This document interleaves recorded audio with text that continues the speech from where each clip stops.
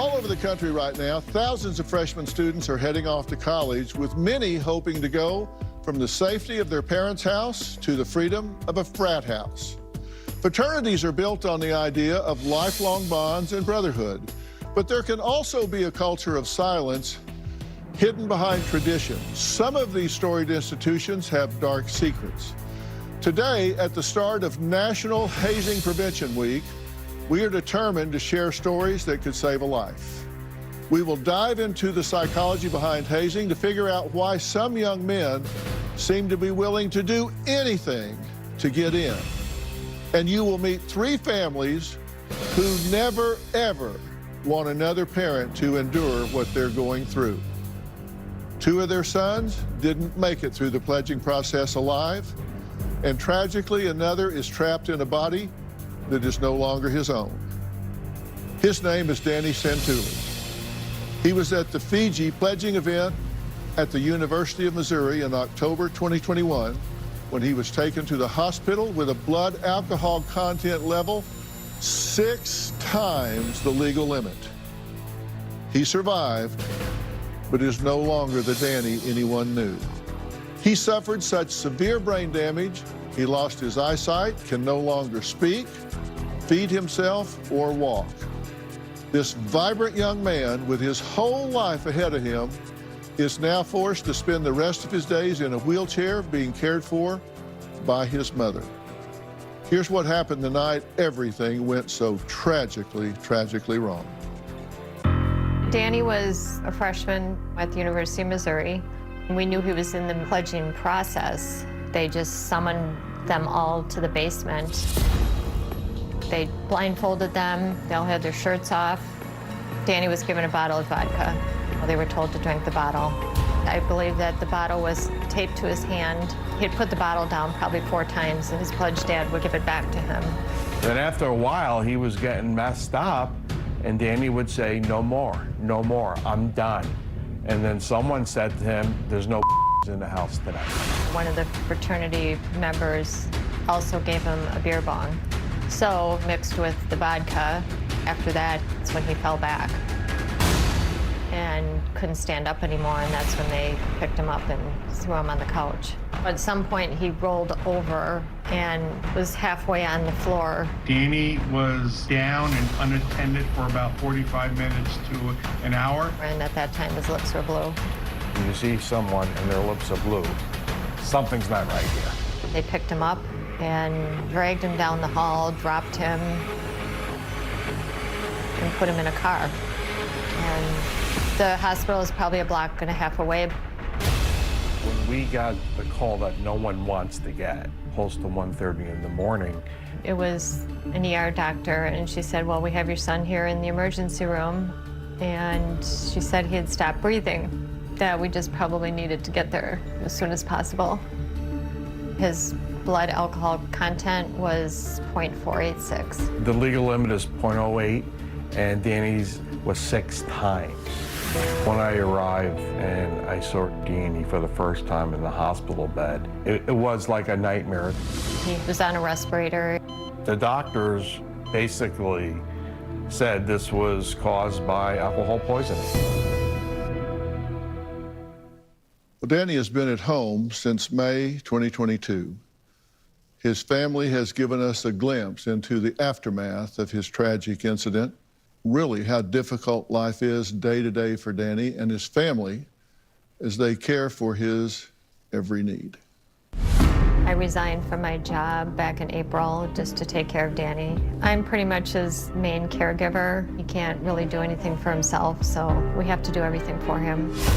Every morning at 4:30 a.m. I have to start the pump for his feeding tube, and I have to just fill the bag here with this formula. The portion of Danny's brain that was damaged is movement and speech, so he cannot move or he cannot speak. And the other part of the brain that was affected was the occipital lobe, so there was no vision, but his hearing is good.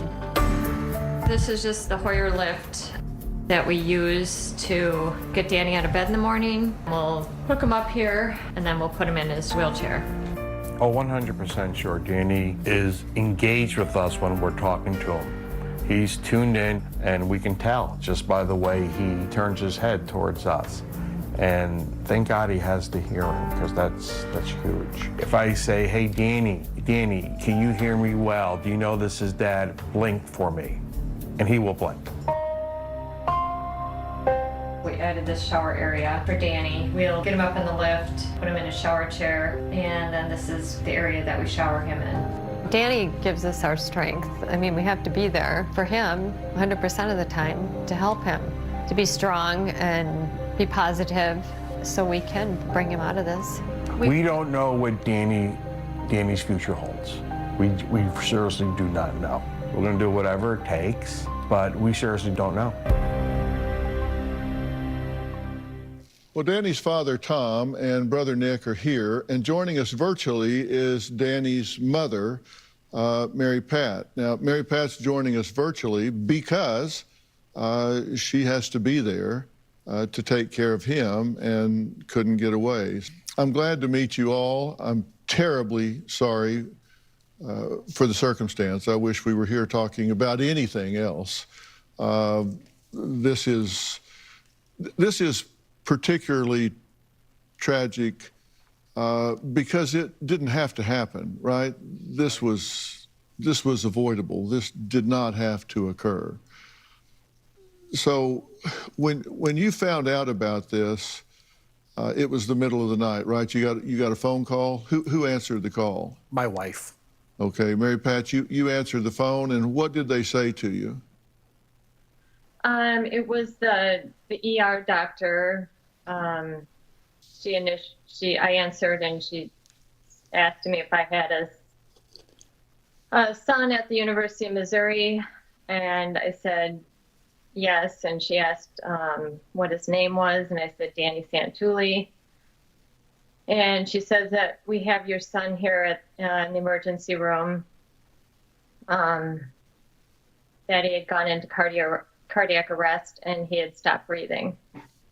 Did they tell you it was alcohol poisoning or anything of the sort?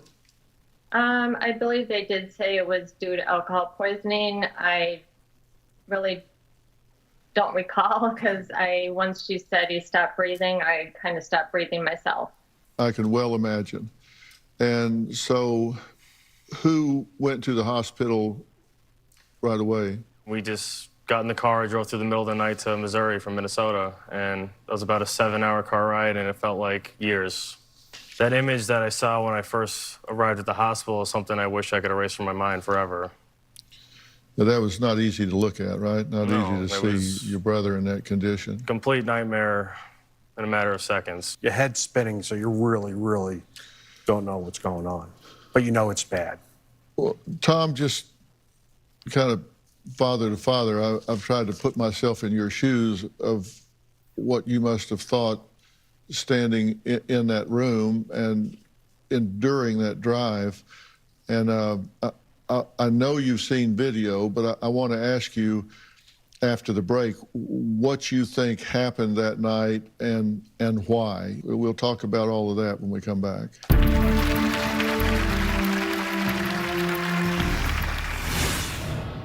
They were planning to just get him all messed up that night. Like, that was their plan all along. Premeditated. They gave him a bottle of vodka, A fifth of Tito's. taped to his hand. Yes. Danny was a freshman at the University of Missouri. I was very excited to go to school with Danny. When I think about what happened to my brother, I feel disgusted. They changed Danny's life forever. I didn't even think that I would run into the people that harmed Danny, but I ran into them every single weekend. It just looks like they didn't care what they did to Danny, and they show no remorse, and that is even more hurtful. Well, that was Meredith. Her brother Danny suffered massive brain damage, was left blind, paralyzed, unable to communicate, and this was after a hazing incident last fall. Now, she attends the University of Missouri, the same school where this took place. She still sees the fraternity members allegedly involved in Danny's horrific injury. Does this situation seem broken? I mean, because I know some of you are in a fraternity, And when you hear that it happens and that a fraternity has been warned and on probation and then on probation again, and then they just like, yeah, whatever, and just go ahead and do it again. Yes, in the back. I can't understand how the university didn't understand it was going on. This party could not have been quiet. Like, they would have had to have known that it was happening, so who didn't step in at that point? It's just insane. Kids all over the country are going back to college, and for some, hazing season will begin. And we want to talk about that. And this is the first national interview you guys have given, and I thank you so much for doing it, to bring awareness to this, to wake kids up and talk about this so it doesn't happen. What do you think happened that night? Well, there was a couple group messages going along with the executive members of the fraternity, and this night was planned. The pledges had they were not aware that this night was going to happen. And these executive members were texting in a group message before, like, we're going to get these kids disabledly drunk tonight. Like, they were planning to just get them all messed up that night. Like, that was their plan all along. Premeditated. We know what was being said because earlier in the day, that afternoon, it said 3:07 p.m. Start to bring them downstairs at 9 on the wall for 20 to 25 minutes, then give them booze, yell at them about being alcohol hazed, then blindfolds off and head to the courtyard. So there was a plan here. And they gave him a bottle of vodka, right? Yes, a fifth of Tito's. Taped to his hand, Yes. Yes. and he was told to drink it, all of it. Finish it. Okay, and at times during the night, did he say, that's it, no more? Yeah, we did get a statement that Danny did try to stop, when they looked at the bottle and realized it wasn't empty, gave it back to him. So that happened 3 times. And then Danny said, no more, I'm done. And then someone shouted, no is in the house tonight. Okay, so continued pressure. Was there a problem with this fraternity doing anything like this before? 13 days before the event, they were put on a second probation. So the first one, I think, David May, and then the second one was 13 days before the event. So they were on probation at the time, Yes, and Double. when you're on probation... double probation. Yes, and when you're on probation, you're not supposed to have any parties, any tailgates, no events at the house. Whenever you have an event at a fraternity house, you're supposed to register it through the school. They're supposed to be aware of anything that happens at the fraternity. And when you're put on probation, you're not allowed to have anything at the house. So they didn't tell the school, the university, anything about this event. They just tried to get away with it, and that's why this event should never have taken place. And if this never takes place, then this doesn't happen to my brother. So They knew there were rules. They weren't even supposed to be having this event. Do you think that your son recognizes you and can hear you at this point? 100% he can hear us. Yeah, he knows we're there. He knows what's going on. But regarding the vision, no, at this time, and we hope for the best, right? But for hearing, hears perfectly. So we talk to him all the time. So when his friends come over, he perks up. So it's... Do people from the fraternity come over? no. No one, we haven't even heard from one of the parents, none of the kids, and I'm sorry or nothing. They've just gone completely silent. They probably still think it's Danny's fault. I mean, that's how senseless these kids are. They have no idea how it's affected us and Danny's life forever. Mary Pat, when you say your daughter sees these people on campus, they just don't seem to show any remorse. No, not at all. They're just going about their business like nothing happened. And they're still in the bars. They're not of age. And they proceed to tell her that, that no one in our pledge class went to the hospital, making it sound like it's Danny's fault. Very interesting. Coming up, why Tom and their family attorney say the officers of the fraternity deserve a felony. We're going to talk to their family attorney when we come back.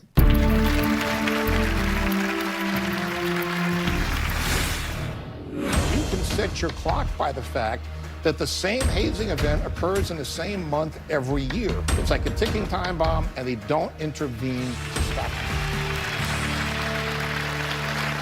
We're talking to the family of Danny Santulli about his hazing injury after pledging a fraternity in October 2021 that left him in a wheelchair, unable to see, walk, or talk. I was against joining a fraternity. I never was in a fraternity. We knew people in Fiji, the fraternity, and we spoke to them, and they said we would love to have Danny. And so we pulled the trigger and said, all right, you're going to Fiji. When the lead detective from Mizzou Police called me that day to introduce himself and say he was going to be taking over this investigation, he's the one that said there's 20 plus cameras in the house. As a father, I have to be strong because I want to know exactly what happened to Danny that night, and it kills me to watch it. The investigation took a long time. All of a sudden, 2 kids got felonies, and then a couple weeks later, maybe a month, 8 more kids got felonies. So far, 11 boys have been charged, and they're awaiting court dates. The only way these kids are going to learn from their mistakes is you need to have serious consequences. And to me, that is given a felony. That's exactly what happened. The family's attorney, David Bianchi, says this is the worst hazing injury he's seen in 43 years of practice. Now, David, there's just common sense involved here, right? And they just abandoned that. They did. But you need to understand that this is not an exception to the rule. The Danny Santulli case is not a one-off. Since the year 2000, 65 fraternity pledges have died as a result of fraternity hazing. If you do the math, that's 1 every 4 months. So it's going on and on. And the result has been that everybody seems to think, well, let's adopt more rules and regulations at the university level, and let's pass more anti-hazing laws at the state level, and that'll stop it. And yet 65 have died since the year 2000. So what we're doing is not working. The only thing that might work is if you do 2 things. 1, the university adopts a policy that says if anybody gets seriously injured or dies as a result of fraternity hazing, every officer of the chapter will be immediately expelled, and everybody who participated in the event will be immediately expelled. And the second thing you need to do is the local prosecutors have to be willing to file criminal hazing charges under the laws that are already on the books so that they can hold these guys accountable. And too often that does not happen. It wasn't like they hadn't been warned. They had been more than warned. They had been sanctioned. And we have the documents. And just 13 days before this happened, they received a letter from the University of Missouri saying because of your bad conduct previously, which, by the way, was 1 year ago today, the day we're filming this, it was 1 year ago today, that bad conduct resulted in the second sanction letter from the university. And the next day, they all got together and started planning the event that resulted in these horrible injuries to Danny. And you can set your clock by the fact that the same hazing event occurs in the same month every year, because that's part of the tradition. The universities know it, the national fraternities know it, and they know it's coming up. It's like a ticking time bomb. They know when it's going to go off, and they don't intervene to stop it. What do you guys think about this? Yes, over here. I was in a fraternity, ended up leaving, and this stuff just doesn't surprise me at all because the leadership is designed to cover up all the wrongdoings that are inevitable. You know, when you have 60, 80 guys in an organization, you're going to have bad apples, and the leadership is designed to cover up all the bad things that are inevitable. Nick says he knew guys in the fraternity Danny was pledging and asked them to keep an eye on his brother during the pledge event. Instead, there was denial and a code of silence. Now, I'm going to read the text messages from the fraternity members about Danny's incident right after the break.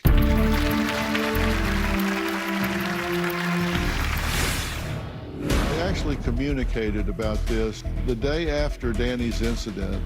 This text was sent. They will have a warrant, and we need to clear everything from the house. These people in the fraternity need to know that your actions ruined my brother's life. A lot of people my age get sucked into peer pressure, especially with fraternities, because a lot of them just want to fit in. My brother said no several times, and no means no. And it's okay to stand up for yourself. You saying no might save your life. Thousands of young men every year will pledge a fraternity, and at least one won't survive due to hazing. The Santulli family is fortunate in that Danny is still alive. His hazing injury has left him with brain damage. He's unable to see, he's unable to walk, he's unable to speak. His life has been stolen from him. What do you think about the fact that nobody has been to see him, the fact that they're just going on with their lives, going in and out of bars and partying and going on with their lives? That's difficult. It's, you know, they obviously don't feel that they have any responsibility in what they did. And they always blame the victim. They're blaming Danny, you know, that, oh, he can't handle his liquor, and, you know, this didn't happen to us. So I don't know. It's, you know, hopefully someday in their life they will realize what they did, but I feel sorry for them because they have to carry this with them the rest of their life, and that's a burden I would not want to carry with me. They actually communicated about this between themselves, and the day after Danny's incident at 6:07 p.m., this text was sent: "You should delete the FIGAM chat. I lost everything." 6:58, they legit made this kid chug vodka. Was that kid in a coma? 7 p.m., he blew a .4 something also, was in the hospital for like 2 days. 8:44, all we say to anyone is we're only concerned about Danny and Danny's well-being. They will have a warrant, and we need to clear everything from the house. 10:21, 2 days after Danny's incident, 11:11 a.m. We shouldn't destroy any more group chats. We honestly shouldn't have deleted the first ones. Snapchat messages, no date listed, 3:02 a.m. Don't say anything to cops, boys. Cover up. Hide it, cover it up. Then obviously along the way, they talked to somebody with a brain, probably counsel, that said, you don't want to be destroying evidence.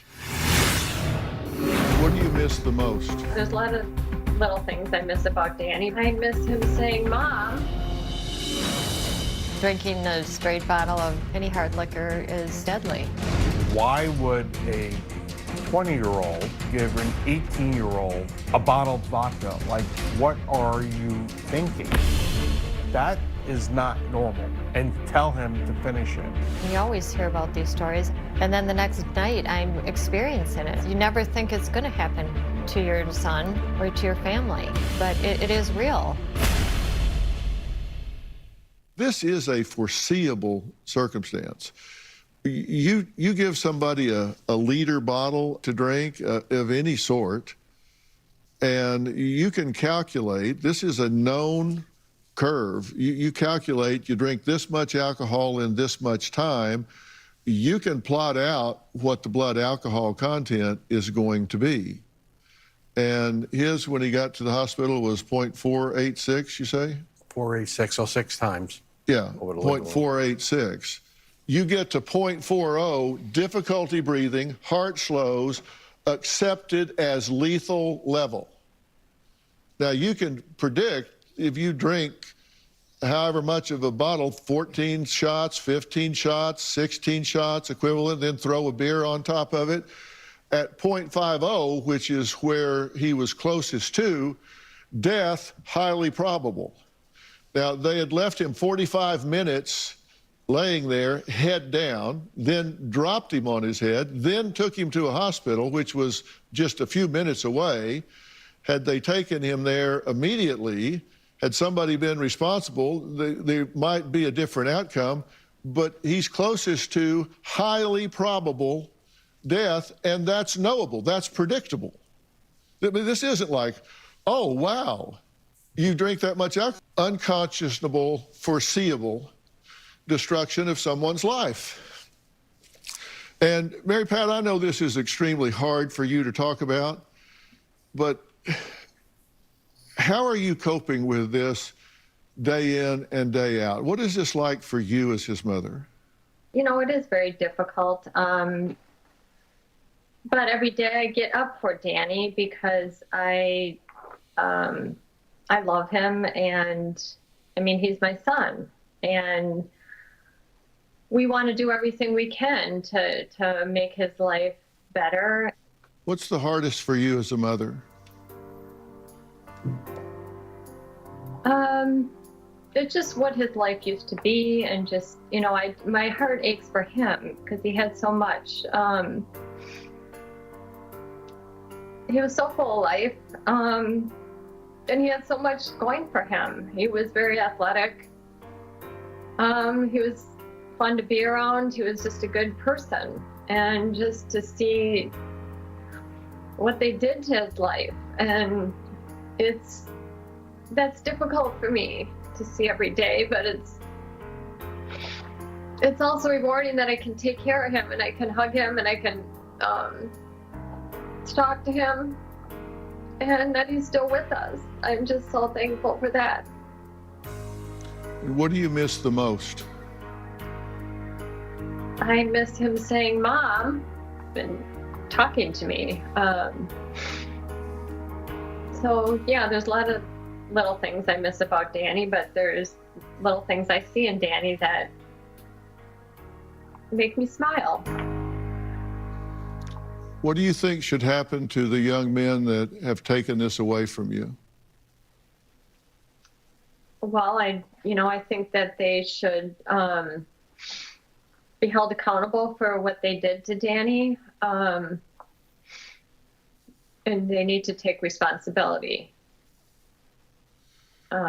And hopefully that justice will be served for Danny. Next, could a fraternity pledge avoid being hazed, or is it just a rite of passage in the brotherhood? We're going to meet some parents who lost their son due to alcohol poisoning after an initiation event last year, and hear what they think is the only way to stop this. We'll be right back.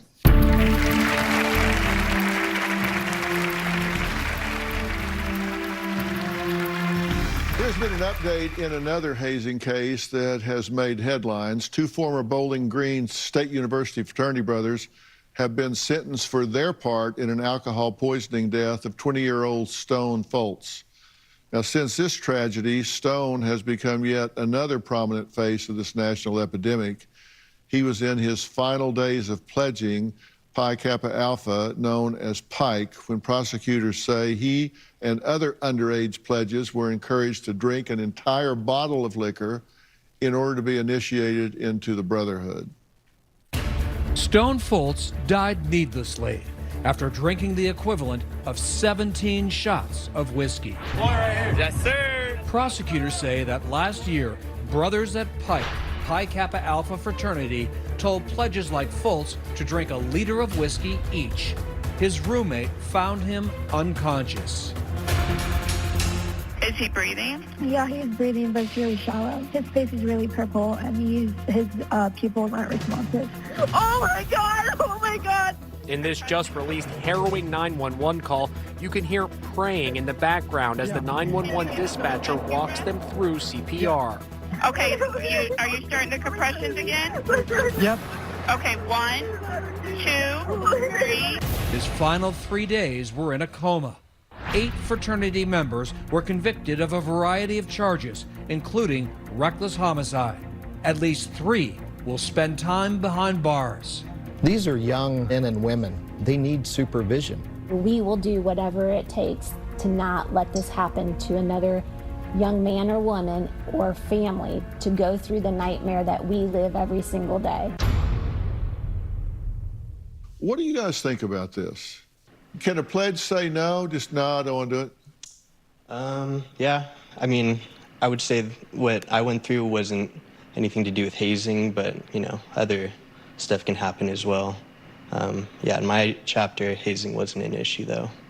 Yeah, so you didn't face that. So how about some of you guys? Is it easy for a pledge with peer pressure and all to just say, no, I think I'll sit this one out? Yes. I was in the situation as a pledge parent myself with the pledges, you know, to be so irresponsible and not, you know, listen to the pledge blows my mind. And there are ways, so many ways to go around this. And, you know, my organization, we didn't partake in hazing really of any form, but when you're placed on parole, I can't imagine the fraternity or the school not sending anyone out to these houses, you know, periodically. I feel like there could have easily been, you know, public safety at least, or even police patrolling Fraternity Row. If you do have houses, a lot of organizations don't have houses. So it's kind of, you don't really know where to look, unfortunately. But, you know, I feel like the university should have done a lot more and could have. So at the end of the day, these are kids, and they absolutely should be responsible, especially the elected people in charge of all of these aspects. But the university, I wish, could step in more and kind of take their kids that pay so much money to go to college and protect them. You know, you want to be somewhere that you're protected. Yeah, you would think so. You send your child off to school, you expect them to come back, right? Yeah. Better off than they went. Right.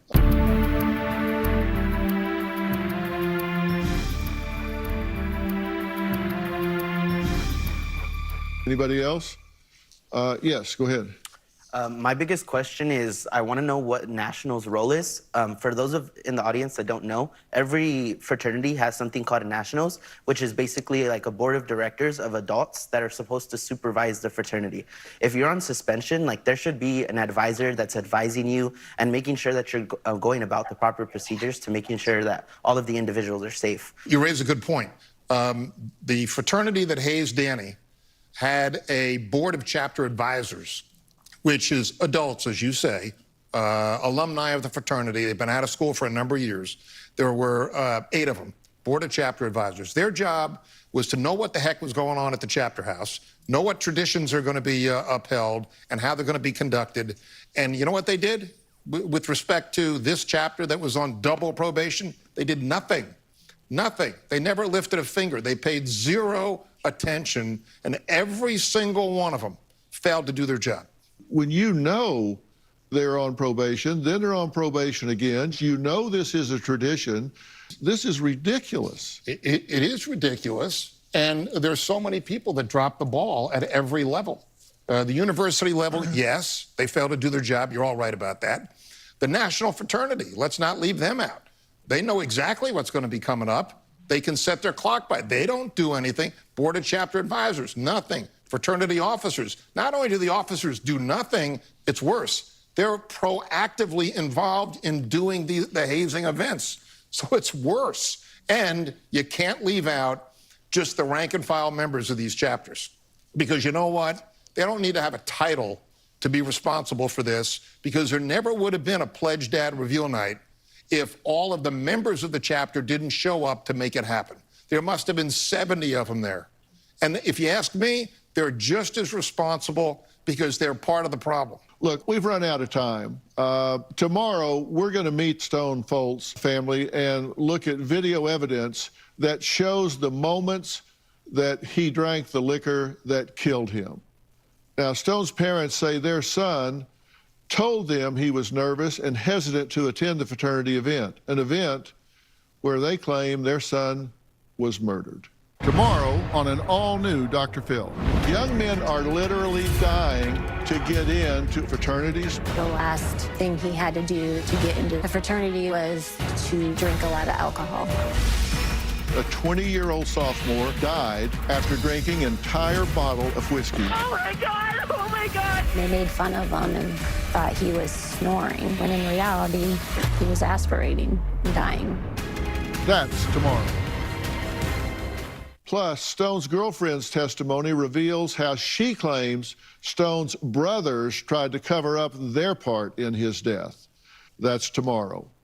Now, for more information about today's episode, or if you'd like to share your story, log on to drphil.com.